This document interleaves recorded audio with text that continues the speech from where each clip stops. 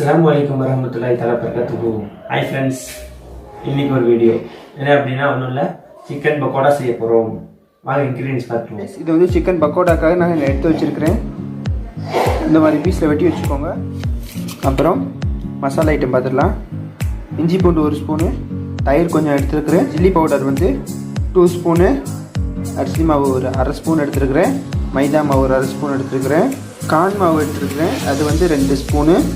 அப்புறம் இது கொஞ்சோண்டி வந்து கேசரி பவுடர் எடுத்துருக்கேன் கலருக்காக, மஞ்சள் பொடி கொஞ்சோண்டி, தேவையான அளவு உப்பு. இதை மேரினேட் பண்ணிடலாம்.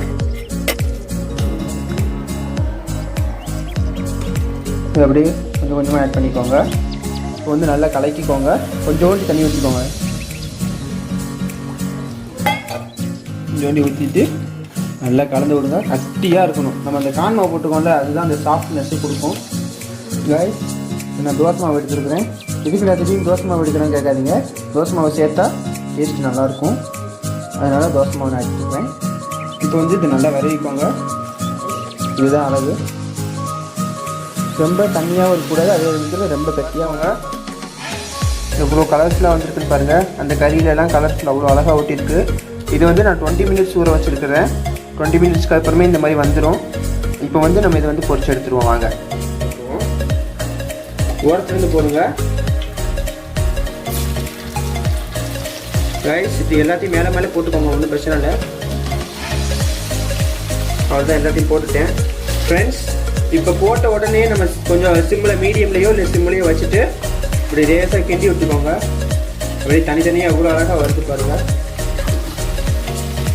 எப்பவுமே எண்ணெய் சட்டியை வச்சு பொரிக்கும் போது கேர்ஃபுல்லாக பொரிங்க. கவுந்துக்கு வந்து விழுந்துருச்சுன்னா அவ்வளோதான். இங்கே பாருங்கள் எவ்வளோ அழகாக தனித்தனியாக வந்திருக்குன்னுட்டு.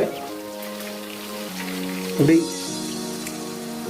காய்ஸ், இப்போ வந்து இது வடிகட்டி எடுத்துக்கோங்க. இங்கே பாருங்கள், இது எப்படி வெந்துருச்சுன்னு கண்டுபிடிக்கிறதுன்னா, நம்ம வச்சுருக்கோங்க, இது வந்து இந்த பபிள்ஸ்னால் கம்மியாயிடும், அதே சவுண்டும் இருக்காது. இதுதான் அப்படியே ஒன்று எடுத்து நல்லா இது பண்ணி பார்த்துக்கோங்க. அதை அமுக்கி பாருங்கள். சாஃப்டாக இருந்ததுன்னா வெந்துருச்சுன்னு அர்த்தம், இல்லை ஹார்டாக இருந்ததுன்னா வேகணும்னு அர்த்தம். இங்கே பாருங்கள் எவ்வளோ அழகாக வெந்திருக்குன்னு. நல்லா கிறிஸ்பியாக இருக்குது. பக்கோடானா இப்படி தான் இருக்கணும். அப்படியே கடையில் வாங்குகிற பக்கோடா மாதிரியே இருக்குது பாருங்கள். அவ்வளோ கலர்ஃபுல்லாக ரொம்ப டேஸ்ட்டாக இருக்கும். சைடிஷ்ஷுக்கு ஒரு சைடிஷ்ஷாக வந்து நம்ம ஆனியனையும் இந்த லெமனையும் எடுத்துருக்குறோம். இப்போ வாங்க நம்ம டேஸ்ட் பண்ணலாம்.